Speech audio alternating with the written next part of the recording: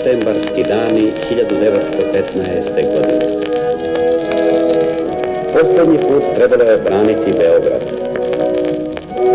Ono što nas je preostalo od dugog i krvavog rata sakupilo se u dva voda vojnika i žandarma. Beograd, naša prestonica i naš ponos, čekao je na nas.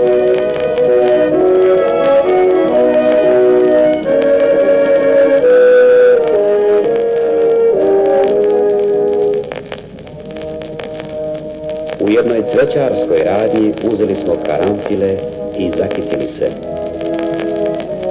Kao da smo znali da nam je to posmrtno cveće koje sami sebi stavljamo. Postrojili smo se i posljednji put uputili u smrt, u slavu. Primali smo svoj posljednji, najveličanstveniji zadatak.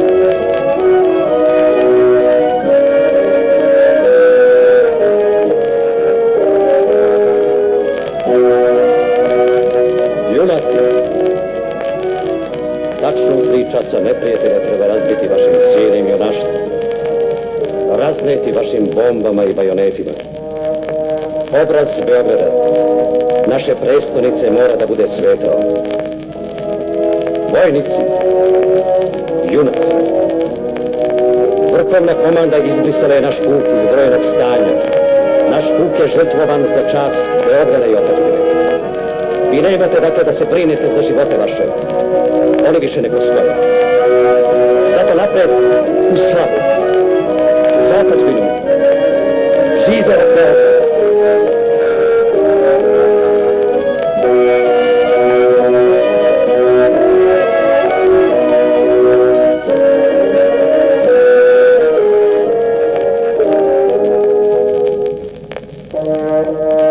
Krv srpskih vojnika herojski je zamirisala ispod nebojšine kule i na Dorćolu.